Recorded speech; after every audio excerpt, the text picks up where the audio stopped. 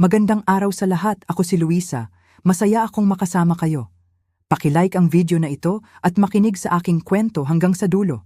Nais ko ring malaman kung saang lungsod kayo nakikinig upang malaman ko kung gaano nakalayo ang narating ng aking kwento. Ang buhay bago ang tawag na iyon ay tila napakasimple. Ang pangalan ko ay Maria, 75 taong gulang na ako. Sa loob ng nakalipas na 20 taon, ako'y namuhay mag-isa sa aming lumang bahay sa Quezon City, kung saan kami ni Jose, ang aking yumaong asawa, ay nagbahagi ng napakaraming alaala. Si Jose ay pumanaw dahil sa atake sa puso noong 2015. Nag-iwan sa akin ng mga alaala, ang kanyang salamin sa pagbabasa ay naroon pa rin sa tabi ng kanyang higaan at ang sa tingin ko'y isang bundok ng utang. Si Jose ang palaging namamahala sa aming pananalapi. Lubos akong nagtitiwala sa kanya. Kaya naman nang ang kanyang pinsan na si Elena ay lumapit sa akin pagkatapos ng libing, luhaan at nag-aalala, sinasabi na si Jose ay malaki ang hiniram sa bangko bago siya pumanaw, naniwala ako sa kanya nang walang pagdududa. Nagpakita siya sa akin ng mga papeles, mga dokumento na mukhang opisyal sa aking mga matang nanlalabo dahil sa lungkot. Manghihingi ang bangko ng bahay, Maria, sabi niya habang hinahawakan ang aking kamay. Pero matutulungan kita. Padalhan mo ako ng 25,000 Philippine peso bawat buwan at sisiguraduhin kong mababayaran sila. Mayroon akong mga connection doon. Makikipagtulungan sila sa atin. 25,000 peso. Hindi ito madali sa aking pensyon bilang byuda at social security. Pero nakayanan ko. Ginamit ko ang mga kupon, tinigil ang aking membership sa book club, kumain ng kaunting karne. Bawat buwan, tulad ng relo, pupunta ako sa Western Union at magpapadala ng pera sa account ni Elena. Bawat buwan, magte-text siya sa akin. Natanggap na. Magaling ang ginagawa mo, Maria. Malapit na tayo. 10 taon, 120 bayarin, kabuuang 3,000 Philippine peso. Hindi ko ito kailanman kinuwestiyon. Bakit naman? Si Elena ay pamilya. Dumalo siya sa aming kasal, hinawakan ang kamay ni Jose sa ospital. Kapag ikaw ay nagluluksa, kapag ikaw ay nag-iisa, kumakapit ka sa mga taong tila nagmamalasakit. Ngunit noong nakaraang Martes, lahat ay naglaho. Nagtitimpla ako ng kape sa aking kusina, ang kusina kung saan dating nagbabasa ng pahayagan si Jose tuwing umaga, nang tumunog ang aking telepono. Unknown number. Muntik ko nang hindi sagutin, iniisip na isa na naman itong scam call tungkol sa extended warranty ng aking sasakyan. Ging Santos, ako si Catherine Wu mula sa First National Bank. Tumatawag ako tungkol sa account ng iyong yumaong asawa. Bumagsak ang puso ko. Nakaligtaan ko ba ang isang bayarin? Nakalimutan ba ni Elena na ipadala ito? Opo, ako si Maria Santos, sabi ko humihigpit ang hawak sa counter. Santos, nakikita ko ang aming mga talaan dito at kailangan kong linawin ang isang bagay. Hindi kami kailanman nagkaroon ng anumang natitirang pautang o utang na nauugnay sa account ng iyong yumaong asawa, si Jose Santos. Sa katunayan, ang kanyang mga account ay sarado at nabayaran sa loob ng ilang linggo pagkatapos ng kanyang pagpanaw noong 2015. Walang dapat bayaran sa institusyong ito. Tumigil sa pagtulo ang coffee pot. Naging tahimik ang kusina maliban sa ugong ng refrigerator. Ano? Bulong ko. Hindi ka may utang sa amin, ma'am. Hindi ka kailanman nagkaroon. May dahilan ba kung bakit ka nagtatanong tungkol dito ngayon? Nagsimulang manghina ang aking mga binti. Kumuha ako ng isang silya sa kusina at umupo ng mabigat. May nagsabi sa akin na gumagawa ako ng mga bayarin. Para kanino? Noon ko naintindihan. Talagang naintindihan ko. Hindi para sa bangko. Hindi kailanman para sa bangko. Para kay Elena. Ging Santos, nandoon ka pa ba? Kailangan ko nang umalis, sabi ko at ibinaba ang telepono. Umupo ako doon sa pakiramdam na tila oras na ang lumipas, ngunit marahil ilang minuto lamang. Nanginginig ang aking mga kamay. 3,000 peso. 10 taon ng sakripisyo. Ang mga bakasyon na hindi ko kinuna. Ang mga regalo na hindi ko maibigay sa aking mga apo, ang dental work na ipinagpaliban ko dahil kailangan ko ng 25,000 peso, para sa utang ni Jose. Walang utang, hindi kailanman nagkaroon ng utang. Naglakad ako papunta sa aking silid tulugan. Binuksan ang ilalim na drawer ng aking dresser kung saan ko inilalagay ang lahat ng mahahalagang papeles. Bawat resibo ng Western Union ay maayos na nakafile ayon sa taon. Bawat text message mula kay Elena na aking screenshot at in-print dahil hindi ako magaling sa telepono at gusto ko ng mga talaan. Magaling ang ginagawa mo, Maria. Malapit na. Siguradong ipinagmamalaki ka ni Jose. Nanlalabo ang aking paningin sa luha, ngunit hindi na ito luha ng kalungkutan. Ito ay isang bagay na iba, isang bagay na mainit at matalim. Sino pa ang nakakaalam? Si Elena ba lang ang gumawa nito? O may iba pa na tumatawa sa likod ko sa lahat ng mga taong ito? Bawat pagtitipon ng pamilya, bawat hapunan sa Pasko, bawat pagdiriwang ng kaarawan, alam ba nilang lahat? Kinuha ko ulit ang aking telepono gamit ang nanginginig na mga daliri. Kailangan ko ng mga sagot. Kailangan kong maunawaan kung gaano kalalim ang pagkakanulo na ito. Ngunit una, kailangan kong malaman kung saan eksaktong napunta ang aking pera. Ipinakalat ko ang lahat ng resibo sa aking hapagkainan, 120 piraso, tulad ng isang landas ng papel ng aking sariling kamangmangan. Ang aking salamin sa pagbabasa ay patuloy na dumudulas sa aking ilong habang kinakalkula ko. Muling kinakalkula. Umaasang kahit papaano ay nagkamali ako. 3,000 peso. Ang numero ay nakatingin sa akin mula sa aking calculator, hindi nagbabago at malupit. Ang perang iyon ay maaaring nagbayad para sa tuition ng aking apo na si Ana. Maaari itong nag-ayos ng bubong na tumutulo pa rin sa sulok ng silid tulugan. Maaari itong ang European trip na palagi naming pinaplano ni Jose ngunit hindi namin kailanman isinagawa. Sa halip, napunta ito sa bulsa ni Elena. Gumawa ako ng isang tasa ng tsaa, chamomile para pakalmahin ang aking mga ugat at subukang mag-isip ng malinaw. Sa edad na 75, hindi na ako ang batang babae na mabilis kumilos tulad ng dati, ngunit hindi rin naman ako ulyanin. Pinalaki ko ang 3 anak, pinamahalaan ang isang tahanan, nagtrabaho ng 20 taon bilang school secretary.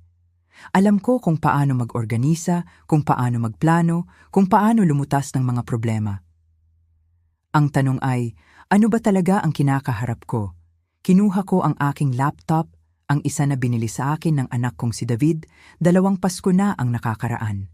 Mabagal na gumalaw ang aking mga daliri sa keyboard habang nag-log in ako sa aking email. Naghanap ako ng anumang mula sa First National Bank. Naroon na ito, ang notice ng pag-settle ng estate mula 2015, malinaw na nagsasaad na lahat ng account ni Jose ay nasettle na walang anumang natitirang obligasyon.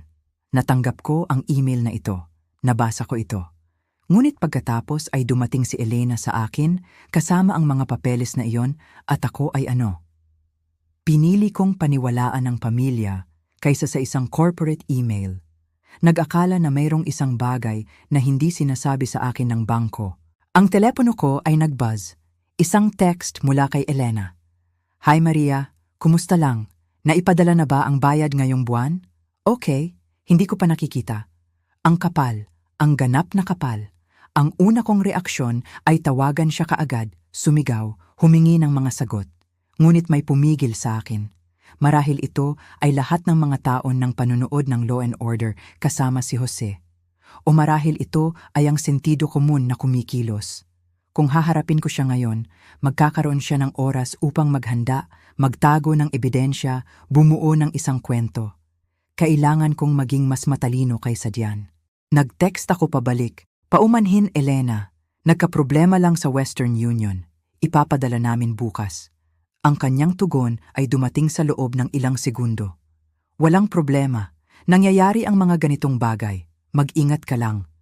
Ang emoji ng puso na iyon ay nagpagulo sa aking sikmura.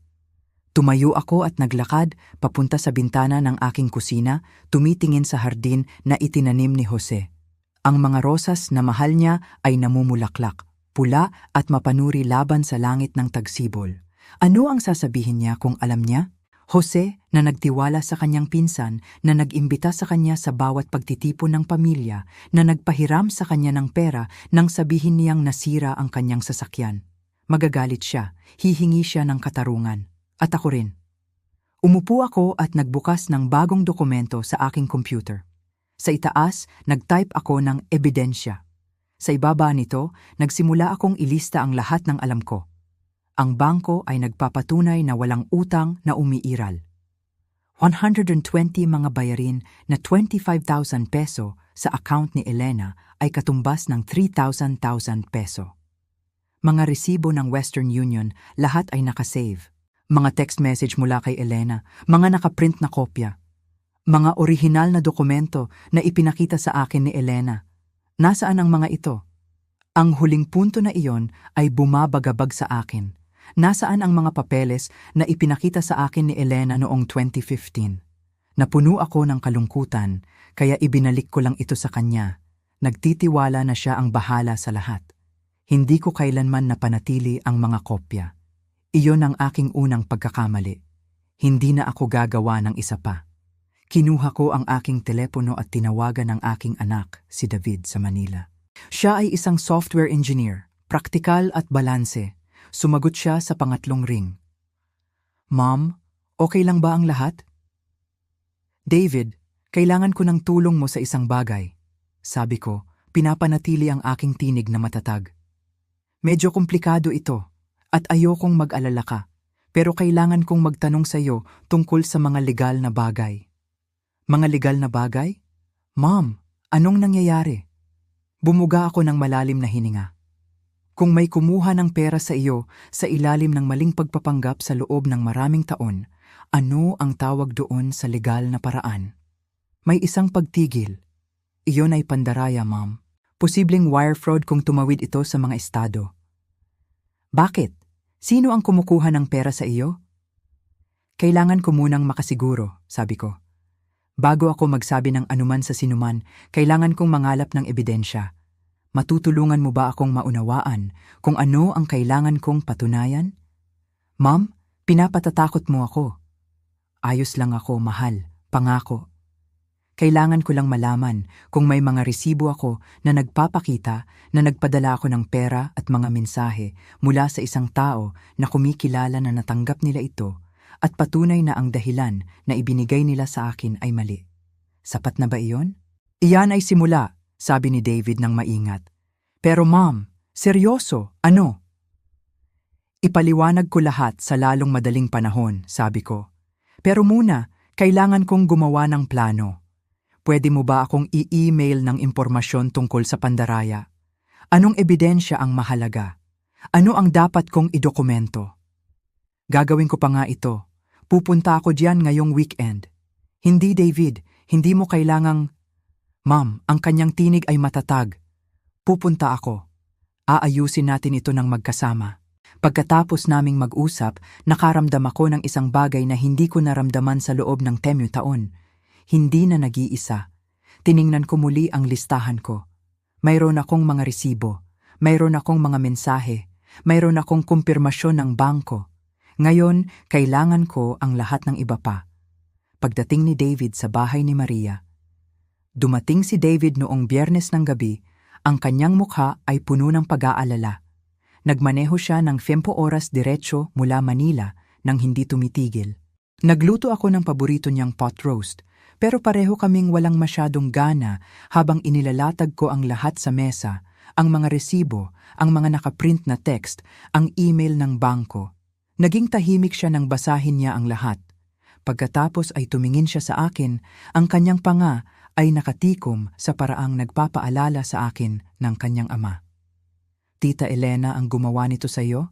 Kailangan kong maging ganap na sigurado bago ko siya akusahan, sabi ko, kahit na nanginginig ang aking mga kamay habang nagbubuhos ako ng kape para sa aming dalawa. Kailangan ko ng patunay na peke ang mga papeles na ipinakita niya sa akin. Kailangan kong malaman kung may iba pang kasama. Naglabas si David ng kanyang laptop. Unang bagay sa Lunes, pupunta tayo sa bangko ng personal.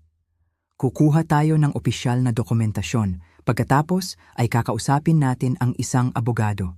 Ang weekend na iyon ay naging pinakamahaba sa aking buhay. Halos hindi ako nakatulog.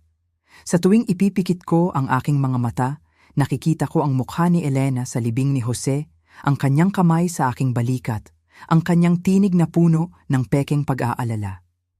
Gaano katagal niya itong pinlano? Naghintay ba siya na mamatay si Jose o siya ba ay nagpaplano na kahit bago ang Lunes ng umaga? Pagbisita kay Attorney Susan Morrison. Lunes ng umaga, si David at ako ay pumasok sa First National Bank ng eksaktong 9 adas. Si Catherine Wu, ang babae na tumawag sa akin, ay nakilala kami sa isang maliit na conference room.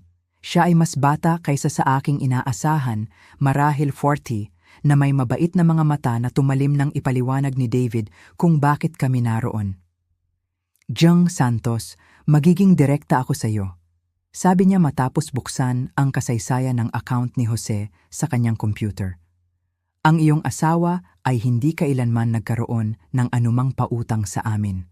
Sa katunayan, ang kanyang credit ay napakahusay. Nang siya ay pumanaw, may maliit na checking account at savings account, parehong nailipat sa iyo bilang benepisyaryo. Ang estate ay naayos ng malinis. Maari mo ba kaming bigyan ng dokumentasyon tungkol doon? Tanong ni David. Talagang, nagprint si Catherine ng ilang pahina, mga statement ng account, ang settlement ng estate, lahat ng bagay. Pagkatapos ay sumandal siya. Jingyang Santos, kung may nagsabi sa iyo ng iba at kumukuha ng pera mula sa iyo, iyon ay pandaraya. Dapat kang maghain ng police report.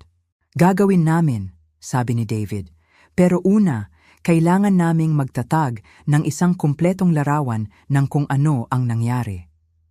Pagkatapos ng bangko, pumunta kami para makipagkita sa isang abogado na nahanap ni David. Si Susan Morrison, isang matalas na babae sa kanyang 50s na nagdadalubhasa sa elder fraud. Ang kanyang opisina ay nasa isang modernong gusali sa downtown, malayo sa mga maliliit na abogado sa bayan na nakasanayan ko. Nakinig si Susan sa lahat ng hindi pumipigil.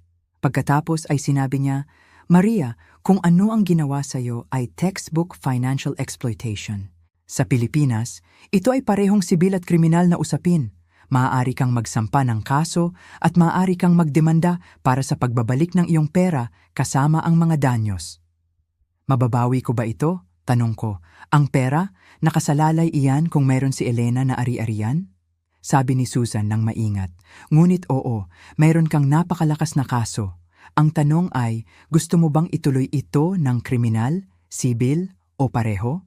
Naisip ko ang lahat ng mga taon, lahat ng mga sakripisyo, ang puso na emoji na iyon. Pareho, sabi ko ng matatag.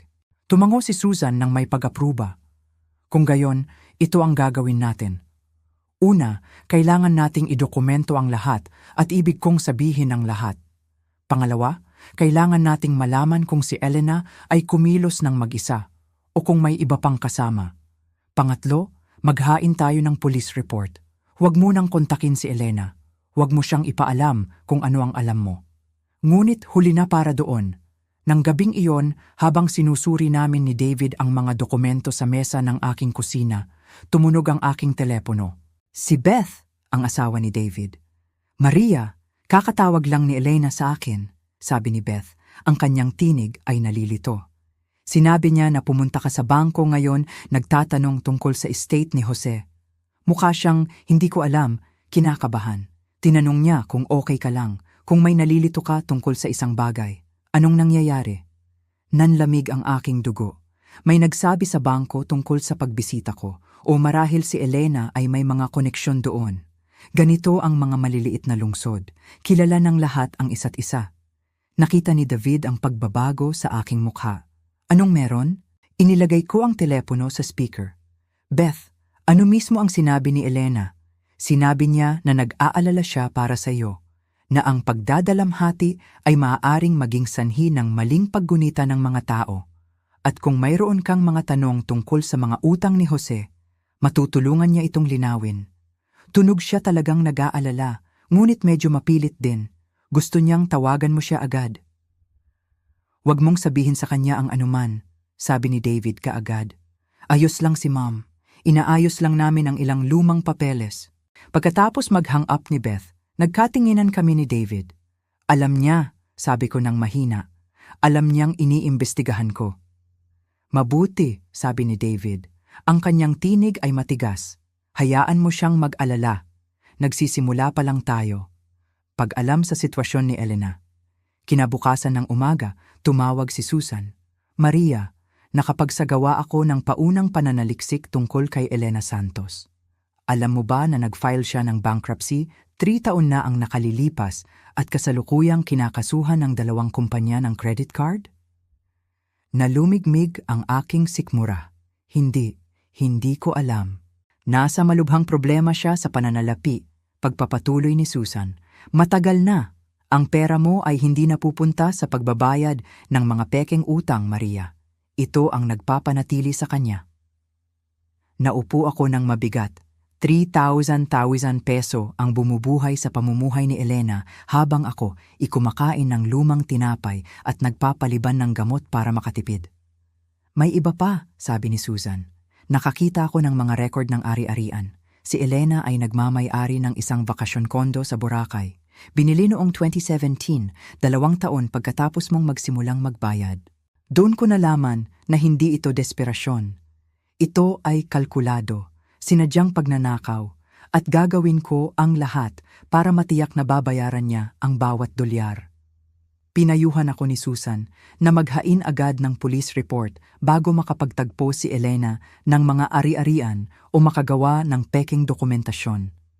Miyerkules ng hapon, dinala ko ni David sa Sacramento Police Department. Ang detective na kumuha ng aking pahayag ay isang mukhang pagod na lalaki na nagngangalang Garcia na marahil ay nakarinig na ng 1,000 malungkot na kwento na tulad ng sa akin. Maliban sa akin, hindi lang ito malungkot, ito ay pagnanakaw. Ipinakita ko sa kanya ang lahat, ang mga statement ng bangko, ang mga dokumento ni Susan, ang mga resibo, ang mga text message.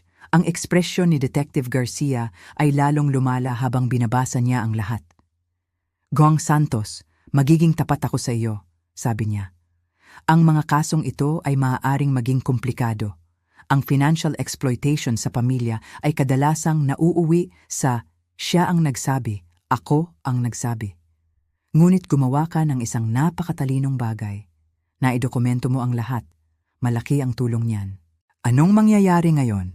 Tanong ko, magbubukas ako ng investigasyon. Makikipag-ugnayan kami kay Miss Henderson para sa pagtatanong. Dapat kitang bigyan ng babala, malamang ay kukuha siya agad ng abogado at maaaring tumagal ito. Mayroon akong oras, sabi ko. 7:25 na ako, hindi pa patay. Hinawakan ni David ang aking kamay. Pag-uusap sa telepono kasama si Elena. Nang gabing iyon, habang naghuhugas ako ng mga plato, tumunog ang aking telepono. Elena.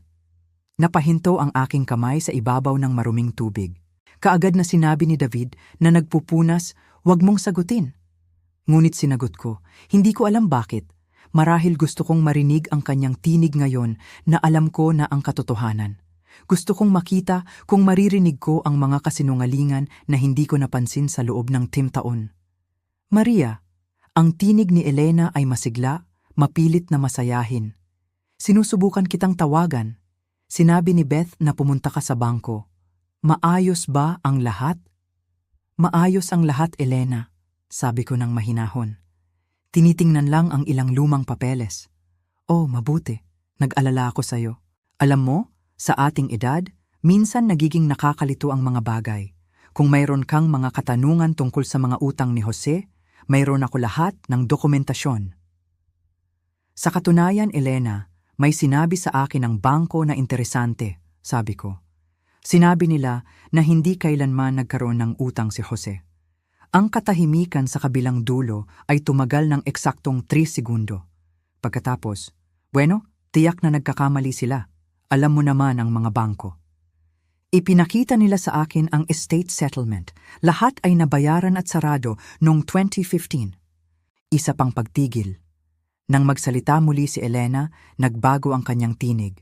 Ang tamis ay nawala, napalitan ng isang bagay na mas matalas. Maria, sa tingin ko ay nalilito ka. Tinutulungan kita sa lahat ng mga taong ito. Saan napunta ang 3,000 peso ko, Elena? Ano ang iyong ipinapahiwatig? Hindi ako nagpapahiwatig ng anuman. Direkta akong nagtatanong, nasaan ang pera ko? Ang kanyang tinig ay naging malamig. Dapat kang maging maingat sa pagbibigay ng mga akusasyon, Maria. Maging maingat. Ikaw ay isang matandang babae na nag-iisa. Maaaring isipin ng mga tao na ikaw ay dumaranas ng demensya, gumagawa ng mga kwento. Iyon ba ay banta? Hinawakan ni David ang telepono mula sa aking kamay at inilagay ito sa speaker. David, ang tono ni Elena ay nagbago muli, sinusubukang maging mainit. Oh Diyos ko, ang nanay ko ay napakalito ngayon, kailangan niya ng tulong. Ang tanging kailangan ng nanay ko ay ang kanyang 3,000 peso pabalik, sabi ni David ng matatag. Nag-file kami ng police report, makikipag-ugnayan sa iyo para sa pagtatanong. Ang katahimikan sa pagkakataong ito ay mas mahaba.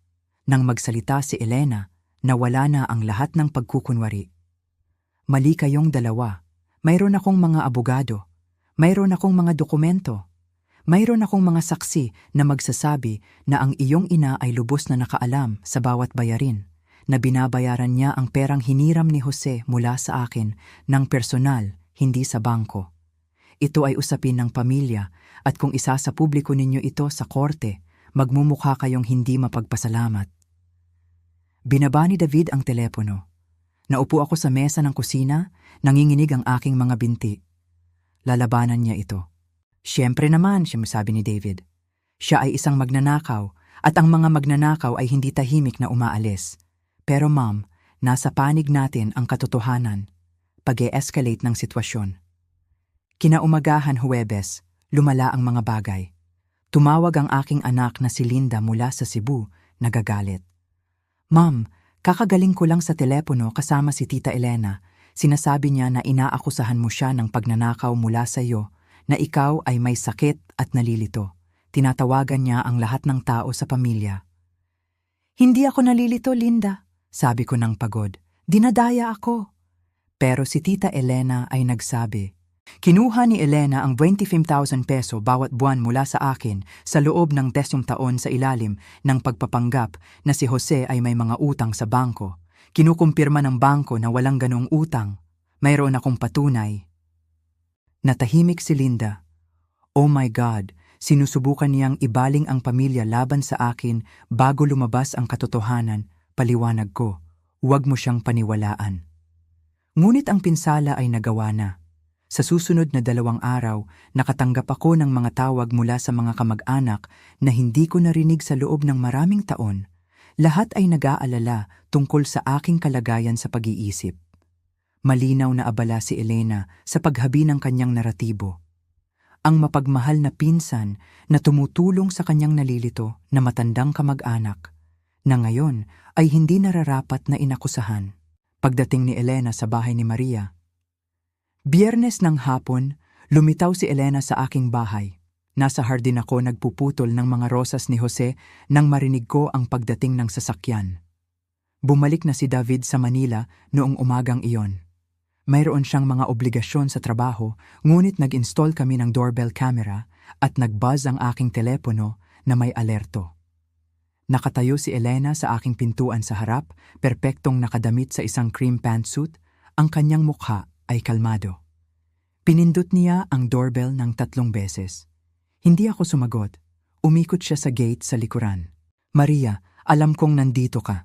Ang kotse mo ay nasa driveway. Kailangan nating mag-usap. Inilapag ko ang aking pruning shears at hinarap siya sa pamamagitan ng bakod. Pinayuhan ako ng aking abogado na huwag makipag-usap sa iyo. Abogado mo? Tumawa si Elena, ngunit tunog sa pilitan ito. Maria, ito ay katawa-tawa. Pamilya tayo. Maaari nating ayusin ito nang walang mga abogado at pulis. Ninakaw mo ang 3,000 peso ko. Wala akong ninakaw. Tumataas ang tinig ni Elena. Tinulungan kita. Sa lahat ng mga taong ito ay tinutulungan kita at ito ang natatanggap kong pasasalamat. Gagawin mo akong kahihiyan. Gagawin mo ang buong pamilya natin na kahihiyan dahil hindi mo maayos ang iyong mga katotohanan. Ang mga katotohanan ay perpektong maayos, sabi ko. Ang aking tinig ay matatag sa kabila ng mabilis kong pagtibok ng puso. Nagsinungaling ka tungkol sa mga utang na hindi umiiral. Kumuha ka ng pera sa ilalim ng maling pagpapanggap. Iyan ay pandaraya.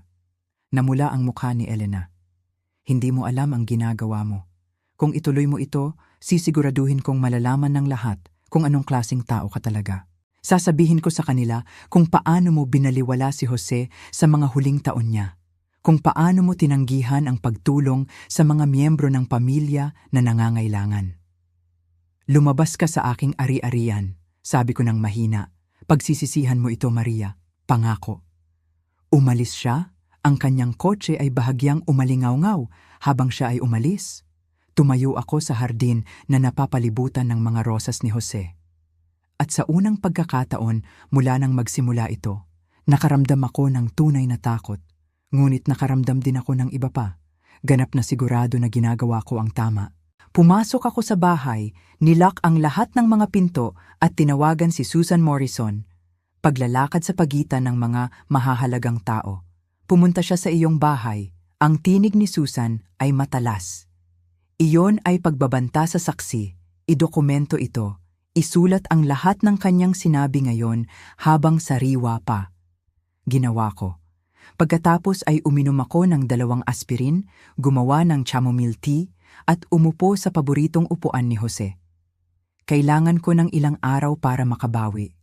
Mas mahirap ito kaysa sa inaasahan ko, ngunit hindi ako titigil. Sa loob ng 3 araw, pinayagan ko ang sarili ko na magpahinga. Tumawag si David bawat umaga at gabi. Si Linda ay lumipad mula sa Cebu para sa weekend, humihingi ng paumanhin at galit nang maipakita ko sa kanya ang lahat ng ebidensya. Ang aking bunso, si James, ay nagpadala ng mga bulaklak na may card na nagsasabing, "Mahalaga ka sa akin, Mom." Ngunit ang tunay na suporta ay dumating mula sa isang hindi inaasahang lugar. Linggo ng hapon, may kumatok sa aking pinto. Sa pamamagitan ng kamera, nakita ko si Eleanor Pritchard, ang aking kapitbahay ng 15 taon. Si Eleanor ay 81, matalas tulad ng isang atake, at mas matagal ng balo kaysa sa akin. May dala siyang isang casserole dish. Narinig ko, sabi niya nang simple nang buksan ko ang pinto. Ang buong kapitbahayan ay pinag-uusapan ito. Ang babaeng iyon ay may tapang na lumitaw dito, sumisigaw sa iyo. Hindi ko napagtanto na may nakakita ng pagbisita ni Elena. Nakita mo ba yon? Narinig ko mula sa bintana ng aking kusina, sabi ni Eleanor, naglalakad papalampas sa akin, papasok sa bahay na parang siya ang may-ari. Narinig ko rin na sinabi mong umalis siya sa iyong ari-arian. Mabuti para sa iyo, Maria. Ngayon, nagdala ako ng chicken pot pie at pag-uusapan natin. Sa susunod na oras, nagkwento si Eleanor ng isang bagay na hindi ko alam. Siya ay naloko ng kanyang sariling pamangkin, taon na ang nakakaraan. Isang magkaibang plano, ngunit parehong pagkakanulo. Ang pamilya ay kumukuha ng kalamangan sa kalungkutan at tiwala. Nakuha ko ang pera ko pabalik, sabi ni Eleanor ng matatag. Tumagal ng 2 taon at isang laban sa korte, ngunit nakuha ko ang bawat sentimo. At gagawin mo rin kung hindi mo sila hahayaang talunin ka. Lumaban ba ang iyong pamilya laban sa iyo? Tanong ko ng mahina. Ang ilan ay mayroon. Ang mga nasa loob nito o masyadong duwag para harapin ang katotohanan. Ngunit ang mga mahalaga ay nanatili. Ang iyong Linda ay lumipad mula sa Cebu. Ang iyong mga anak ay sumusuporta sa iyo. Iyon ang mahalaga. Tama siya. Hindi na ako nag-iisa. Pagtawag ni Detective Garcia. Nang gabing iyon tumawag si Detective Garcia. Jing Santos. Nakipag-ugnayan kami kay Elena Henderson para sa pagtatanong. Dumating siya kasama ang isang abogado at tumangging magbigay ng pahayag. Ngunit narito ang kawili-wiling bahagi. Sinubukan ng kanyang abogado na mag-alok ng kasunduan. Tumalon ang aking puso. Anong uri ng kasunduan? Handa silang bayaran ka ng $10,000 para sa pagpapawalang bisa mo ng investigasyon at pagpirma ng NDA. 10,000 sa 3 milyon. Iyan ay pag-amin ng pagkakasala. Iyan mismo ang sabi ko. Sumang-ayon si Garcia. Hindi siya mag-aalok ng anuman kung hindi siya nag-aalala. Ngunit Ginanginer Santos, kailangan kong sabihin sa iyo, kung tatanggap ka ng anumang kasunduan, hindi namin maaaring ipagpatuloy ang kriminal na investigasyon. Hindi ako tumatanggap ng anuman, sabi ko kaagad. Gusto ko ang pera ko pabalik, lahat nito, at gusto kong siya ay managot. Mabuti, umaasa akong sasabihin mo iyon. Pagtaas ng alok ng kasunduan. Lunes ng umaga, tumawag ang abogado ni Elena kay Susan Morrison. Tumawag si Susan sa akin pagkatapos parehong natatawa at nasusuka.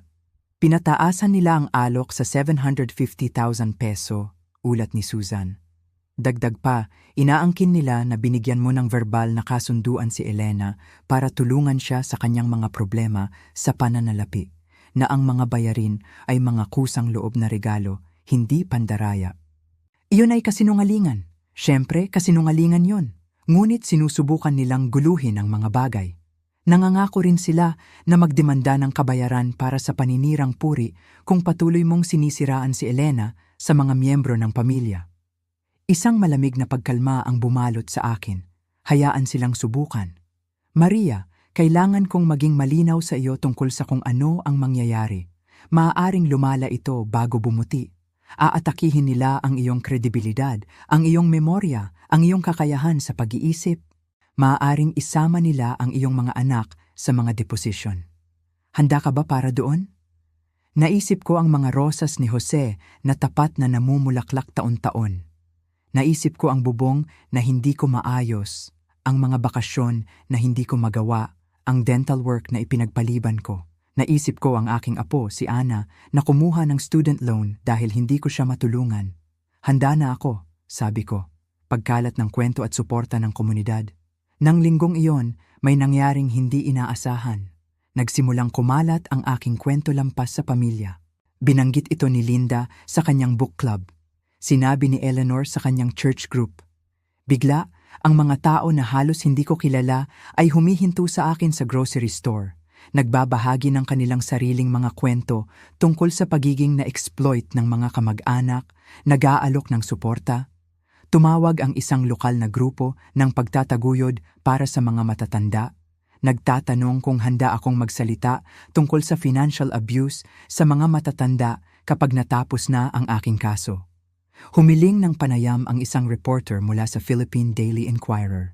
Tumanggi ako sa panayam. Pinayuhan ako ni Susan laban sa pagsasalita sa publiko habang ang investigasyon ay nagpapatuloy. Ngunit nagsimula akong mapagtanto ang isang bagay. Hindi na lang ako para sa aking sarili ang lumalaban. Lumalaban ako para sa bawat biyuda na napagsinungalingan, bawat senior na na-exploit, bawat tao na nagtiwala sa pamilya at nagkanulo. Pagkakatanggap ng nakakatakot na mensahe. Miyerkules ng gabi, nagdidilig ako ng mga rosas nang mag-buzz ang aking telepono. Isang text mula sa hindi kilalang numero. May oras ka pa para gawin itong mawala ng tahimik. Isipin ang iyong mga apo. Kailangan ba talaga nilang makita ang iyong lola na madamay sa korte na nahihiya? Tanggapin ang kasunduan. Magpatuloy. Ipinakita ko ito kay David sa aming nightly video call. Iyon ay witness tampering, sabi niya. Ang kanyang mukha ay matigas. I-forward agad kay Detective Garcia. Ginawa ko. Tumawag pabalik si Garcia sa loob ng isang oras. Ginanginer Santos, maaari naming i-trace ito, ngunit kailangan kong magtanong, gumagana ba ang mga pagtatangka sa pananakot na ito? Isinasaalang-alang mo bang umatras? Anka mo, Hindi, sabi ko ng simple. Ayos lang ako. Dahil kumuha lang kami ng subpina para sa mga bank record ni Elena. Lumalakas ang kasong ito. Pagkatapos kong maghangap, umupo ako sa upuan ni Jose at naramdaman ang isang bagay na hindi ko naramdaman sa loob ng maraming taon. Makapangyarihan, hindi mahina, hindi nalilito, hindi tulad ng isang biktima, tulad ng isang tao na mananalo. Pagbisita ni Elena, Tom at Harold. Huwebes ng hapon. 2 linggo pagkatapos kong maghain ng police report, 3 tao ang lumitaw sa aking pinto. Elena, ang kanyang asawa na si Tom, at ang kapatid ni Jose, si Harold. Pinanood ko sila sa pamamagitan ng doorbell camera. Si Elena ay mukhang pagod, hindi na kasing polished ng dati. Si Tom ay nakatayo sa tabi niya, hindi komportable sa kanyang suit. Si Harold, na hindi ko nakita mula nung libing ni Jose, ay mukhang nahihiya. Pinindot nila ang doorbell. Hindi ako sumagot. "Maria, please," tawag ni Harold. "Gusto lang naming mag-usap bilang pamilya." Laban sa aking mas mabuting paghuhusga at malinaw na utos ni Susan, binuksan ko ang pinto, ngunit hindi ko sila inanyayahang pumasok. "Ano ang gusto ninyo?" sabi ko, nakahawak sa frame ng pinto. "Para mag-sorry," sabi ni Elena. At sa isang sandali, halos tunog tapat ito. "Maria, sa tingin ko ay nagkaroon ng isang kakilakilabot na hindi pagkakaunawaan. Maaari ba tayong pumasok at pag-usapan ito bilang mga matatanda, bilang pamilya?" "Hindi," sabi ko ng simple. "Hindi komportable na gumalaw si Tom. Jing, Santos, lumaki na ito. Mga abogado, pulis, hinahati nito ang pamilya." Hinati ni Elena ang pamilya nang nanakaw siya sa akin. "Walang nanakaw." Ang tinig ni Elena ay pumutok. "Tinutulungan kita." "Oo, marahil dapat ay mas naging malinaw ako tungkol sa ayos. Marahil dapat ay binigyan kita ng mas mahusay na dokumentasyon, pero sinusubukan kitang protektahan para mapadali ang mga bagay sa pamamagitan ng pagsisinungaling tungkol sa mga utang na hindi umiiral." Lumapit si Harold. "Maria, hindi ito gugustuhin ni Jose. Hindi niya gugustuhin na ang kanyang asawa at ang kanyang pinsan ay mag-away sa korte, sirain ang pamilya." Naapektuhan nito at nakita nila iyon.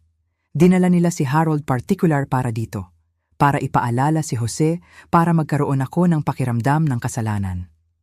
Hindi rin gugustuhin ni Jose na manakaw ang kanyang pinsan mula sa kanyang biyuda. Sabi ko, ang aking tinig ay nanginginig ng bahagya. Hindi ito pagnanakaw. Ang pagiging kalmado ni Elena ay nabasag. "Alam mo, sige na. Ginamit ko ang ilan sa perang iyon para sa aking sariling mga pangangailangan. Ako ay nasa mahirap na sitwasyon sa pananalapi at naisip ko na hindi mo ito mapapansin. Mayroon kang pensyon, social security, ang bahay na ito. Nalulunod ako sa utang. Malapit na akong mawala ang lahat.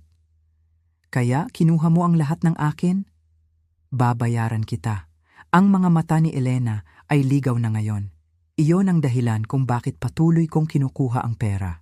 Sinusubukan kong maging matatag para mabayaran ka, ngunit pagkatapos ay pumunta ka sa bangko, sinimulan mo ang investigasyong ito, kumuha ka ng mga abogado. Sinira mo ang lahat. Naroon na, ang katotohanan sa wakas. Hinawakan ni Tom ang braso ni Elena. "Jan, tumigil ka sa pagsasalita." Ngunit hindi siya makapigil. "Alam mo ba ang ginawa mo? Kukunin nila ang aking kondo, ang aking sasakyan, lahat ng aking pinaghirapan. At para saan? Hindi mo naman makikita ang perang iyon. Nawala na ito. Ginamit ko ito para panatilihing buo ang aking buhay habang ikaw ay nakaupo sa malaking bahay na ito na nagsisisi sa iyong sarili. Lumabas ka sa aking ari-arian," sabi ko, ang aking tinig ay nagyelo. "Kayo lahat," si Harold ay sumubok muli. "Maria, please, kung ititigil mo ito, maaari nating ayusin ang isang payment plan. At kung babayaran ka niya, hindi niya maibabalik ang lahat. At ang sasakyan niya, sabi ko, ang SUV na binili niya noong 2018. Hindi pa rin ito sapat para sa lahat ng iyong ginawa. Babayaran ka niya sa paglipas ng panahon. Nasaan ang pera?" Sabi ko, ang aking tinig ay matigas. Sinabi lang niya na nawala na lahat. "Ayusin natin ang isang bagay," sabi ni Tom. "Please, may 3 kaming anak. Kung siya ay makukulong, dapat niya itong naisip bago siya nagnakaw ng 3,000 peso mula sa akin." Ang mukha ni Elena ay natuklap dahil sa galit at kawalan ng pag-asa. "Ikaw na mapagkunwari, iniisip mong napakabuti mo, napakabiktima. Isa ka lang matandang babaeng may galit na walang mas magandang gawin kundi sirain ang buhay ng mga tao. Ako ay biktima ng pandaraya," sabi ko ng mahinahon, "at ikaw ay isang magnanakaw. Iyan ay mga katotohanan, hindi mga opinyon." "Pagsisisihan mo ito," sumigaw si Elena habang hinahatak siya pabalik ni Tom patungo sa kanilang sasakyan. Sisiguraduhin kong malalaman ng lahat kung sino ka talaga. Sasabihin ko sa kanila kung paano mo tinalikuran ng pamilya, kung paano ka... Elena, umalis na tayo. Halos kaladkarin siya ni Tom papunta sa sasakyan. Si Harold ay nanatili sa aking pintuan. Siya ay desperado, Maria. Ang mga desperadong tao ay gumagawa ng mga desperadong bagay, mangyaring isaalang-alang muli. Ang mga desperadong tao ay dapat na nag-isip muli bago gumawa ng mga krimen, sabi ko, at isinara ang pinto. Sa pamamagitan ng bintana, pinanood ko silang umalis. Nanginginig ang aking mga kamay.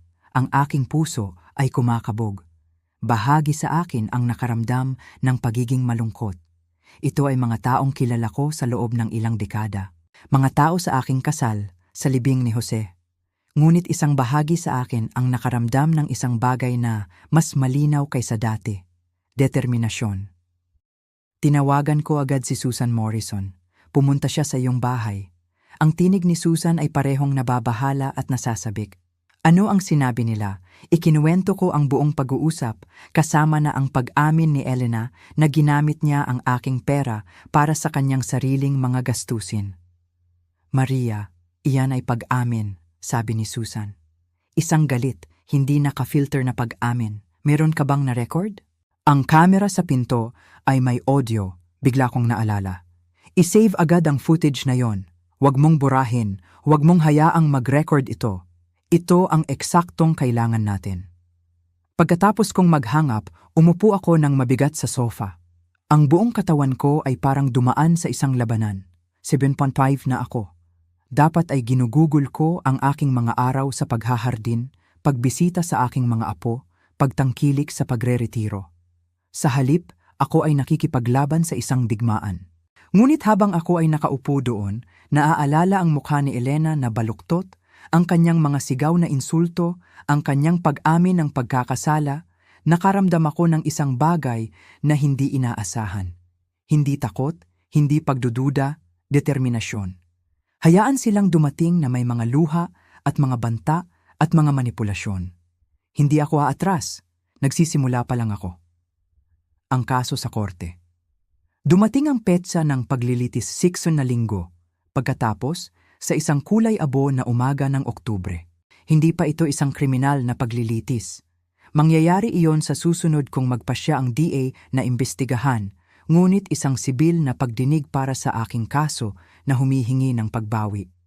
Ipinaliwanag ni Susan na ito ang ating pagkakataon na magpakita ng ebidensya upang pilitin si Elena na ipagtanggol ang kanyang sarili sa ilalim ng panunumpa. Lumipad si David mula sa Manila. Si Linda ay nagmaneho mula sa Cebu. Kahit si James ay dumating mula sa Manila. Ang aking mga anak ay nakaupo sa likuran ko sa silid hudikatura, isang pader ng suporta. Sa kabilang pasilyo, nakaupo si Elena kasama ang kanyang abogado, si Marcus Webb, isang mamahaling abogado na malinaw na hindi niya kayang bayaran. Ang kanyang mukha ay maputla at hindi niya ako tiningnan. Ang hukom ay isang babae sa kanyang 60s na nagngangalang Patricia Brennan. May reputasyon siya, sinabi ni Susan sa akin, na walang tolerance para sa elder fraud. Jean Morrison, maaari kang magsimula, sabi ni Judge Brennan. Tumayo si Susan, kalmado at profesional. Thur, ito ay isang direktang kaso ng financial exploitation.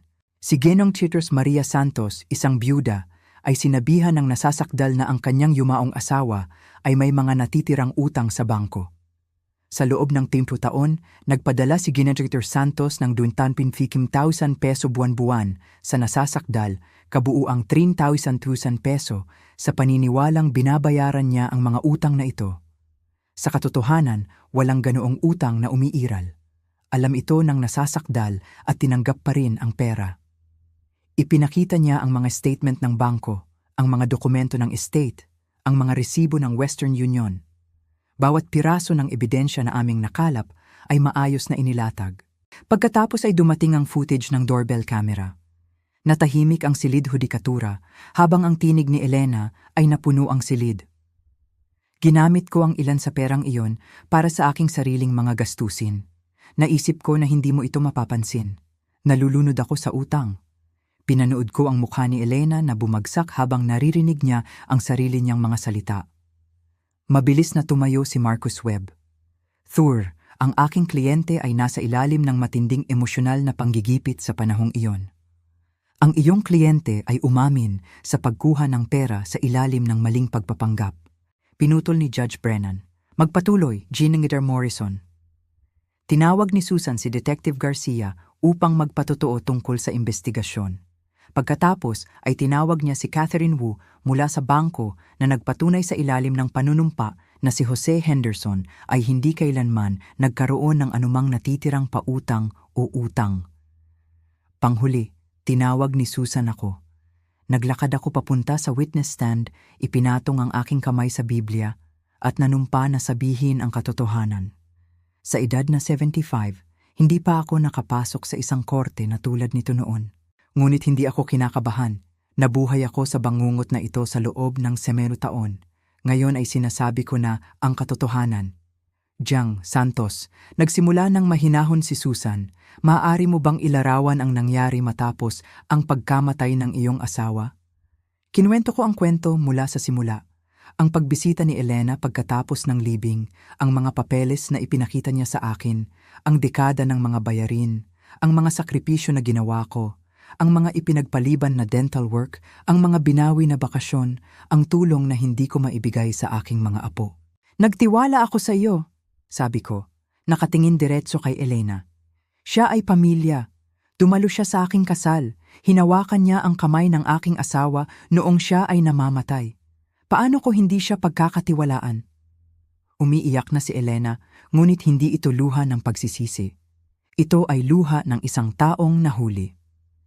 Si Marcus Webb ay nag-cross-examine sa akin. Sinusubukang imungkahi na ako ay nalilito, na marahil ay mali ang pagkakaunawa ko sa intensyon ni Elena, na marahil ang mga bayarin ay mga kusang loob na tulong sa pamilya. G. Webb, sabi ko ng mahinahon, 75 na ako, hindi loka-loka. Alam ko ang pagkakaiba sa pagitan ng pagtulong sa pamilya at pagiging sinungalingan. Sinabi sa akin ni Elena na may utang ang aking asawa. Sabi ng bangko ay wala siya. Hindi iyon pagkalito, iyan ay pandaraya. Pagkatapos ay tinawag si Elena na magpatotoo. Nag-aatubili siyang umakyat sa witness stand. Sa ilalim ng banayad na pagtatanong ni Marcus, sinubukan niyang ipakita ang kanyang sarili bilang isang biktima, masyadong. Desperado sa pananalapi, sinusubukang tumulong sa pamilya habang nahihirapan din siya, hindi kailanman naglalayong mandaya ng sinuman. Kaya, sinasabi mo na alam ni Ging Santos na ang pera ay hindi na pupunta sa bangko? Tanong ni Susan sa panahon ng cross-examination. Ako, dapat niyang alam. Sinabi mo ba sa kanya ng malinaw na ang pera ay para sa iyong personal na paggamit at hindi para sa mga utang sa bangko? Walang nanakaw. Ang tinig ni Elena ay pumutok. Tinutulungan kita. Oo, marahil dapat ay mas naging malinaw ako tungkol sa ayos. Marahil dapat ay binigyan kita ng mas mahusay na dokumentasyon, pero sinusubukan kitang protektahan para mapadali ang mga bagay sa pamamagitan ng pagsisinungaling tungkol sa mga utang na hindi umiiral. Lumapit si Harold. Maria, hindi ito gugustuhin ni Jose. Hindi niya gugustuhin na ang kanyang asawa at ang kanyang pinsan ay mag-away sa korte, sirain ang pamilya. Naapektuhan nito at nakita nila iyon. Dinala nila si Harold particular para dito, para ipaalala si Jose para magkaroon ako ng pakiramdam ng kasalanan. Hindi rin gugustuhin ni Jose na manakaw ang kanyang pinsan mula sa kanyang biyuda. Sabi ko, ang aking tinig ay nanginginig ng bahagya. Hindi ito pagnanakaw. Ang pagiging kalmado ni Elena ay nabasag. Alam mo, sige na. Ginamit ko ang ilan sa perang iyon para sa aking sariling mga pangangailangan. Ako ay nasa mahirap na sitwasyon sa pananalapi at naisip ko na hindi mo ito mapapansin. Mayroon kang pensyon, social security, ang bahay na ito. Nalulunod ako sa utang. Malapit na akong mawala ang lahat. Kaya kinuha mo ang lahat ng akin? Babayaran kita. Ang mga mata ni Elena ay ligaw na ngayon. Iyon ang dahilan kung bakit patuloy kong kinukuha ang pera. Sinusubukan kong maging matatag para mabayaran ka, ngunit pagkatapos ay pumunta ka sa bangko, sinimulan mo ang investigasyong ito, kumuha ka ng mga abogado. Sinira mo ang lahat. Naroon na, ang katotohanan sa wakas. Hinawakan ni Tom ang braso ni Elena. Jan, tumigil ka sa pagsasalita, ngunit hindi siya makapigil. Alam mo ba ang ginawa mo? Kukunin nila ang aking kondo, ang aking sasakyan, lahat ng aking pinaghirapan. At para saan? Hindi mo naman makikita ang perang iyon. Nawala na ito. Ginamit ko ito para panatilihing buo ang aking buhay habang ikaw ay nakaupo sa malaking bahay na ito na nagsisisi sa iyong sarili. Lumabas ka sa aking ari-arian, sabi ko, ang aking tinig ay nagyelo. Kayo lahat, si Harold ay sumubok muli. Maria, please. Kung ititigil mo ito, maaari nating ayusin ang isang payment plan. At kung babayaran ka niya, hindi niya maibabalik ang lahat.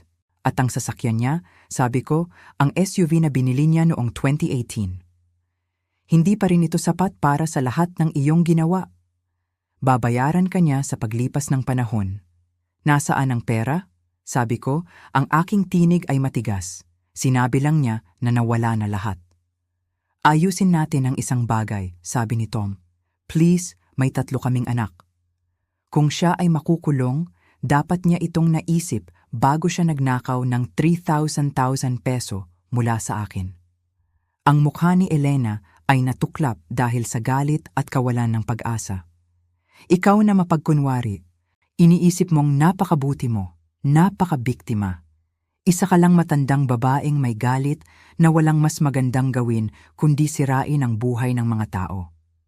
Ako ay biktima ng pandaraya, sabi ko ng mahinahon, at ikaw ay isang magnanakaw.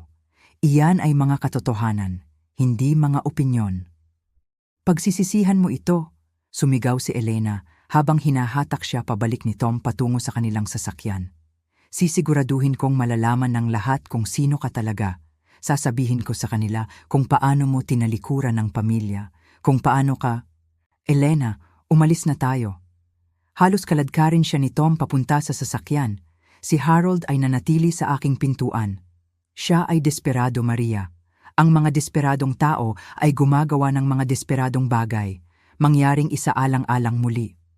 Ang mga desperadong tao ay dapat na nag-isip muli bago gumawa ng mga krimen, sabi ko, at isinara ang pinto. Sa pamamagitan ng bintana, pinanood ko silang umalis. Nanginginig ang aking mga kamay. Ang aking puso ay kumakabog. Bahagi sa akin ang nakaramdam ng pagiging malungkot. Ito ay mga taong kilala ko sa loob ng ilang dekada. Mga tao sa aking kasal, sa libing ni Jose. Ngunit isang bahagi sa akin ang nakaramdam ng isang bagay na mas malinaw kaysa dati. Determinasyon. Tinawagan ko agad si Susan Morrison. Pumunta siya sa iyong bahay. Ang tinig ni Susan ay parehong nababahala at nasasabik. Ano ang sinabi nila? Ikinuwento ko ang buong pag-uusap, kasama na ang pag-amin ni Elena na ginamit niya ang aking pera para sa kanyang sariling mga gastusin. Maria, iyan ay pag-amin, sabi ni Susan. Isang galit, hindi naka-filter na pag-amin. Meron ka bang na-record? Ang kamera sa pinto ay may audio, bigla kong naalala. I-save agad ang footage na yon. Huwag mong burahin, huwag mong hayaang mag-record ito. Ito ang eksaktong kailangan natin. Pagkatapos kong maghangap, umupo ako ng mabigat sa sofa. Ang buong katawan ko ay parang dumaan sa isang labanan. 7.5 na ako. Dapat ay ginugugol ko ang aking mga araw sa paghahardin, pagbisita sa aking mga apo, pagtangkilik sa pagre-retiro. Sa halip, ako ay nakikipaglaban sa isang digmaan. Ngunit habang ako ay nakaupo doon, naaalala ang mukha ni Elena na baluktot, ang kanyang mga sigaw na insulto, ang kanyang pag-amin ng pagkakasala, nakaramdam ako ng isang bagay na hindi inaasahan. Hindi takot, hindi pagdududa, determinasyon.